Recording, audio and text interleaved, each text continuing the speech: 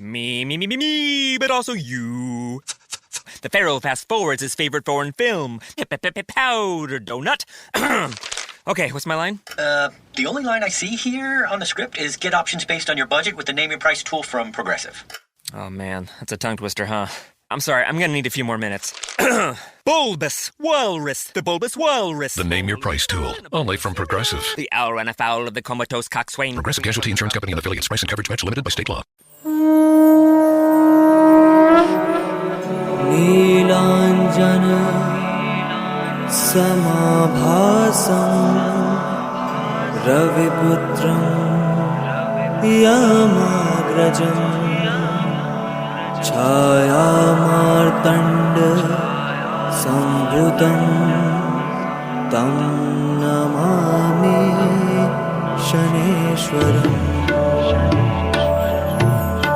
नीलाञ्जन समाभासं रविपुत्रं यमाग्रजं छायामार्तण्ड सम्भृतं तं नमामि शनेश्वरम् नीलाञ्जन समाभासं रविपुत्रं यमाग्रजं छायामार्तण्ड सम्भृतं तं नमामि शनेश्वरम्।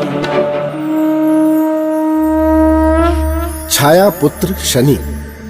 अपने पति सूर्यदेव के तेज से डरी हुई संज्ञा ने अपनी छाया को जन्म देकर उसे अपने पति और बच्चों की सेवा में लगा दिया और उसे कहा कि तुम मेरी छाया हो, ये रहस्य कोई नहीं जान सकेगा, स्वयं सूर्यदेव भी नहीं। पर अब इसकी सच्चाई केवल मेरे और तुम्हारे बीच ही रहनी चाहिए। ये कहकर संज्ञा अपने पिता के घर रहने चली गई। पर काफी समय तक अपने पति के घर न लौटने पर पिता बेटी को कैसे कुछ न कहते। तो जब पिता दक्ष ने संज्ञा से उसके वापस न लौटने का कारण पूछा तो संज्ञा को मजबूर होकर सूर्य के तेज और स्वयं से छाया पैदा करने वाली बात पिता को बतानी ही पड़ी।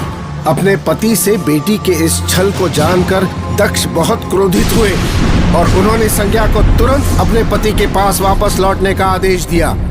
पर संज्ञा अपने पति के पास न जाकर वन चली गई और वहां उसने घोड़ी का रूप धरकर घोर तपस्या शुरू कर दी।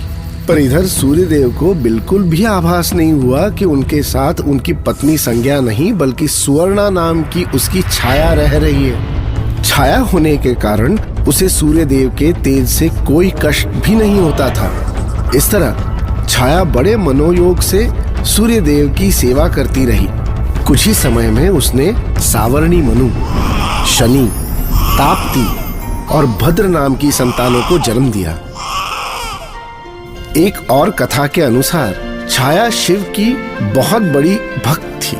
जब शनिदेव गर्भ में थे तो छाया ने ऐसी कठोर तपस्या की कि उसे खाने पीने तक की सुध नहीं रही। माँ के इतना भूखा प्यासा और धूप ताप सहने का असर उनके गर्भ में पलने वाले पुत्र शनि पर पड़ा और गर्भ में ही उनका रंग काला हो गया।